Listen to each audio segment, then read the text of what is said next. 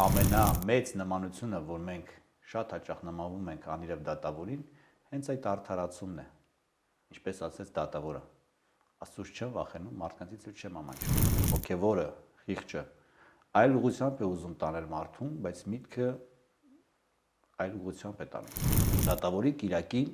կարելի ասել, ընկել է մեծ փակի գրեթե մեջտեղում։ Աղոթքը դա օդու ջրի պես պիտի դառնա։ Աստծո լռությունը պատճառ է միգուցե մեր հոգևոր կոփվածության։ Մենք Աստծուց աղոթենք եւ Աստված լսի մեր աղոթքը առաջին իսկ աղոթքից։ Կարծում եմ մենք պիտի դառնանք երեսառած երեխա։ Օրհնեցեք Տեր Հեր։ Աստված օրհնի։ Ինչպե՞ս եք Տեր Հեր ջան։ Բարդ Տիրոջը։ Տեր Հեր, այսօր խոսելու ենք դատավորի կիրակի մասին, հիշատակենք առակը, անիրավ դատավորի եւ այրի կնոջ մասին։ Տեր Հեր, արդյոք մենք բոլորս էլ ինչ որ չափով անիրավ դատավոր չենք, երբ չենք ուզում որևէ քայլ կատարել, երբ չունենք շահ։ Յուրաքանչյուր Քրիստոսի պատմած առակի մեջ կա սցենար, կան գործող, այսպես ասած, հերոսներ։ Եվ մենք յուրաքանչյուրս էլ, երբ դիտարկում ենք առակը, երբեմն մեր կյանքի որոշ դրվագներ գտնում ենք այնտեղ։ Իհարկե, յուրաքանչյուր մեկս էլ կյանքի որոշակի ժամանակաշրջանում հանդես է գալիս որպես անիրավ դատավոր։ Այն աստիճան ընդհուպ միջև, որ ինչպես դատավորն է ասում, Աստծուց չեմ վախենում, մարդկանցից էլ չեմ ամաչում։ Եվ սա մի տեսակ արդարացում է մարդու ծուլությանը, մարդու, չգիտեմ, մեղքի մեջ հարատևելուն, որովհետև յուրաքանչյուր մեղք մարդ արդարացնելու համար բերում է պատճառներ։ Եվ կարծում եմ, որ ամենամեծ նմանությունը, որ մենք շատ հաճախ նմանվում ենք անիրավ դատավորին, հենց այդ արդարացումն է, ինչպես ասեց դատավորը, Աստծուց չեմ վախենում, մարդկանցից էլ չեմ ամաչում։ Իհարկե, երբեմն մենք էլ դատավորի պես բերում ենք արդարացումներ նմանվելով դատավորին, անիրավ դատավորին։ Տեր Հեր, ես մի հետաքրքիր համեմատություն կարդացի, որ կարծես անիրավ դատավորը մեր միտքը լինի, իսկ այրի կինը մեր խիղճը։ Ինչ կասեք այս մասին։ Նմանություն բնականաբար մտքի եւ խղճի խիղճը անընդհատ դա բողոքում է մտքին։ Հետաքրքիր համեմատություն էր։ Իհարկե այս պայքարը խղճի եւ մտքի միջև կա պայքար խղճի եւ մտքի միջև, որ շատ հաճախ մարդուն տանում է նաև, այսպես ասած, փակուղի։ Կան դեպքեր, երբ մարդ փորձում է առաջնորդվել բանականությամբ,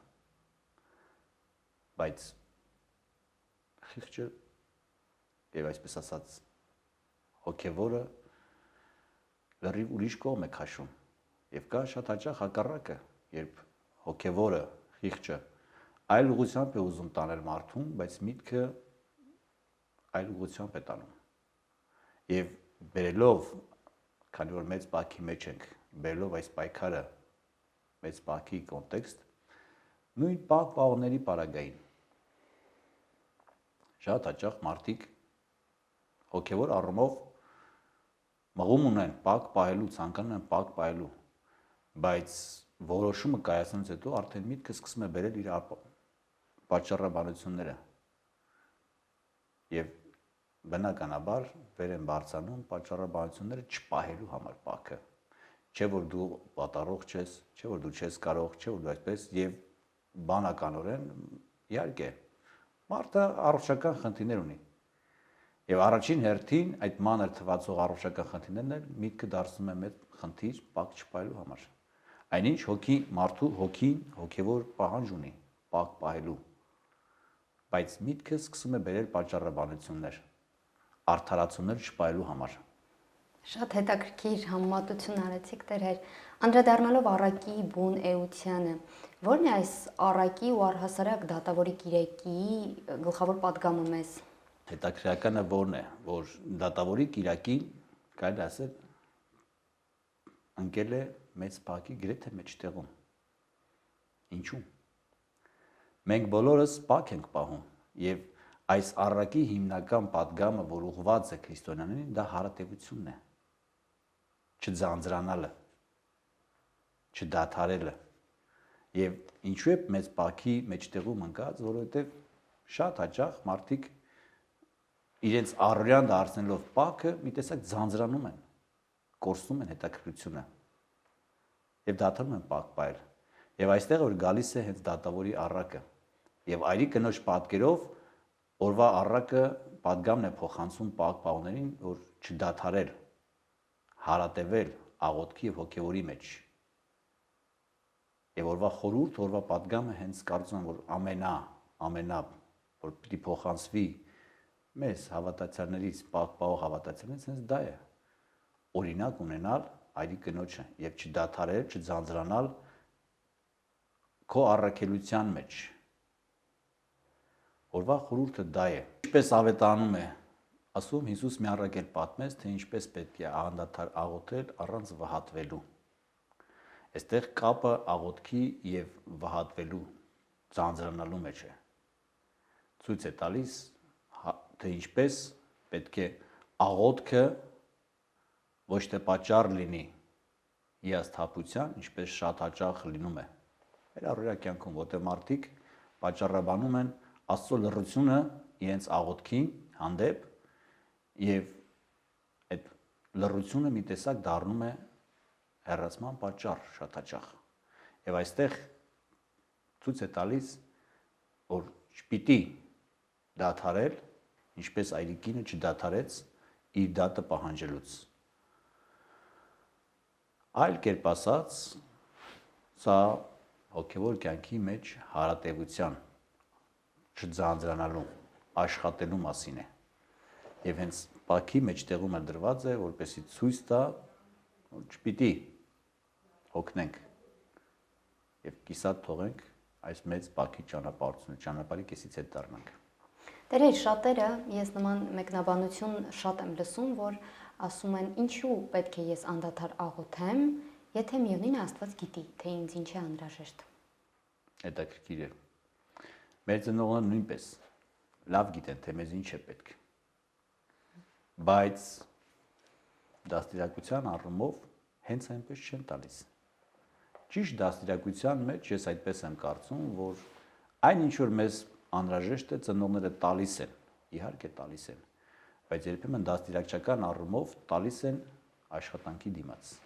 սովորեցնում են վաստակել այն, ինչ որ մեզ անհրաժեշտ է, դաստիարակչական առումով։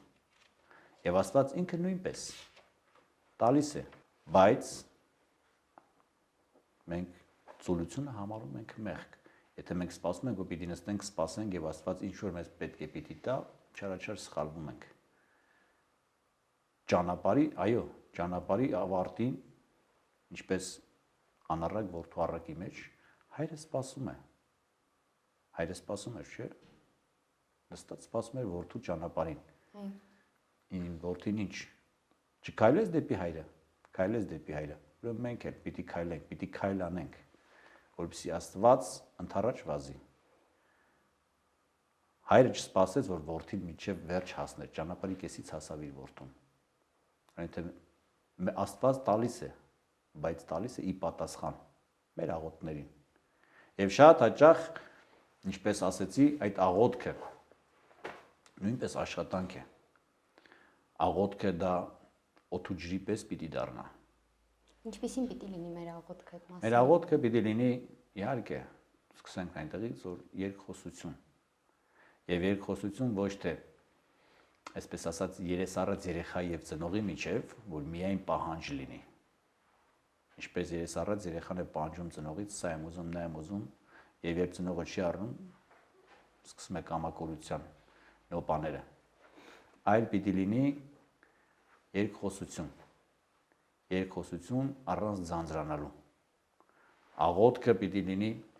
ոչ թե անհրաժեշտությունից դրդված առիթից առիթ, այլ աղոթքը պիտի լինի մեր շնչել արտաշնչելու պես մի բան, սովորական մի երևույթ, որը Նորմալ է, ինձ թվում է, երբ մենք երկխոսության մեջ ենք մեր երկնավոր հոր հետ։ Տեր հեր, մի փոքր էլ խոսենք կնոջ կերպարի մասին։ Մենք տեսնում ենք հաստատուն կերպար, աննկուն, արդյոք այս առակը նաև այդ պատգամը չէ մեզ փոխանցում, որ այս կնոջ կերպարի նման լինենք, հաստատուն լինենք, չհանձնվենք։ Իհարկե, կինը ներկայանում է որպես այդպիսի։ Այրիկին էր, չուներ որևէ մեկը, որ իրեն պաշտպաներ, եւ իր, այսպես ասած, վերջին հույսը դա դատավորն էր, որ պիտի իր դատը տեսներ։ Եվ ինչպես ասեցի, աղոթքը դա մեր այն միակ միջոցն է, որին պիտի հույս ունենանք։ Որով պիտի հույս ունենանք, որ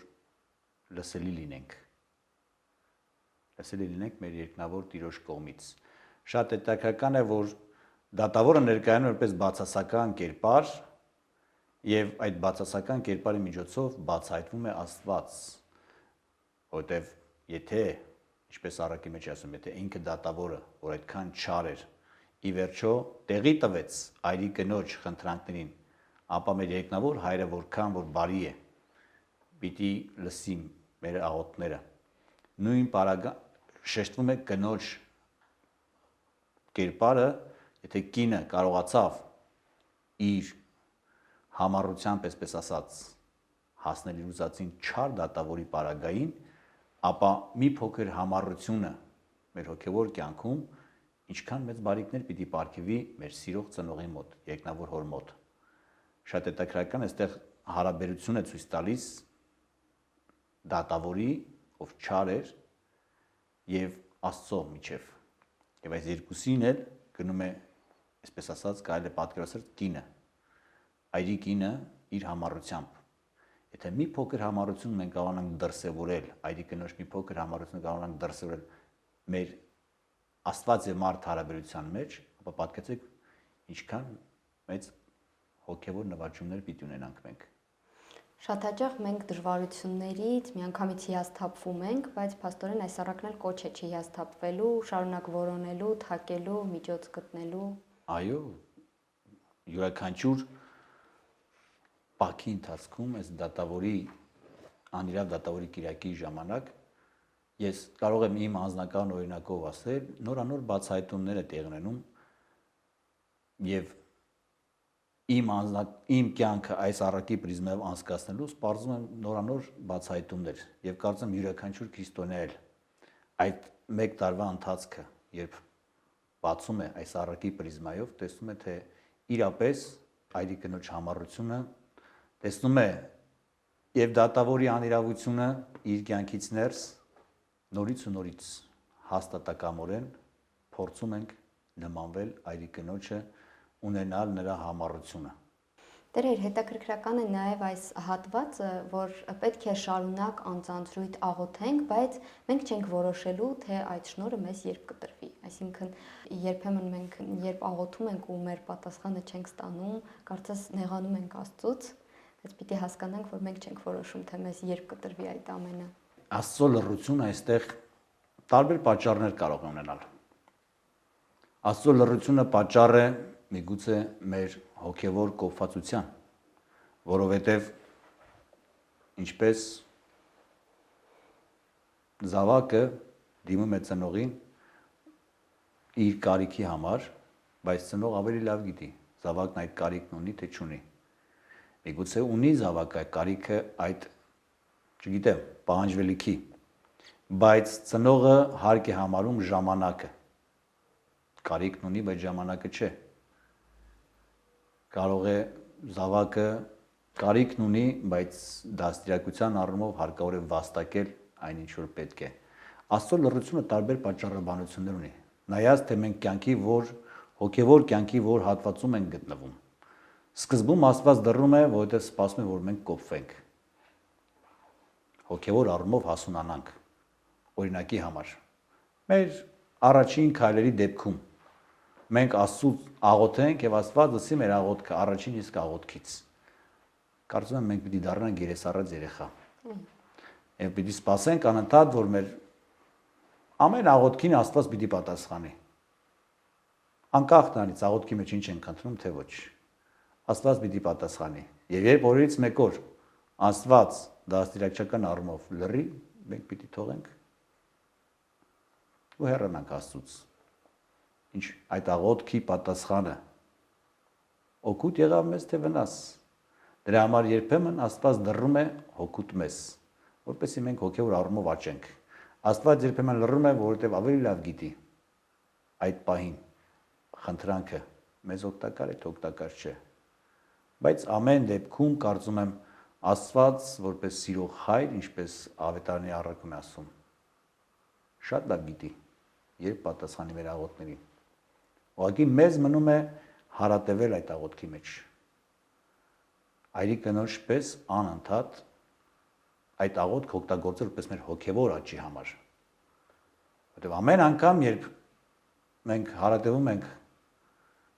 աղոթքի մեջ, համառում ենք մեր աղոթքի մեջ, այսպես ասած, հոգևոր կյանքի մեջ, մենք հոգևոր աճ ենք ձեռք բերում։ Մենք արձանագրում ենք, որ մենք այլևս չենք ձանձրանում ժամերգությանը մասնակցելուց։ Մենք չենք ձանձրանում պատարագին 2 ժամ մասնակցելուց։ Եթե սկզբում մենք ձանձրանում էինք, ապա այլևս չենք ձանձրանում։ Չձանձրանալուց բացի սկսել ենք նաև ըմբռնել խորհուրդը, մտնել խորքերը արարողության հանրական համայնական աղոթների ժամանակ, էլ չեմ խոսում անձնական աղոթների ժամանակ, մենք ժամանակ ենք գտնում նաև անհատական աղոթքի։ Մենք չենք ձանձրանում, չենք ամաչում, չգիտեմ, ճաշից առաջ աղոթել,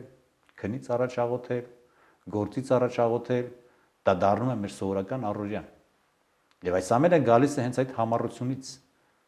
երբ մենք համառում ենք եւ ուզում ենք, չէ, որ մեր ամեն գործը Աստծո կամոք լինի, Աստծո օրհնությամբ լինի։ Դրա համար աղոթքով ենք դիմում, խնդրելով, որ մեր ձեռքի գործը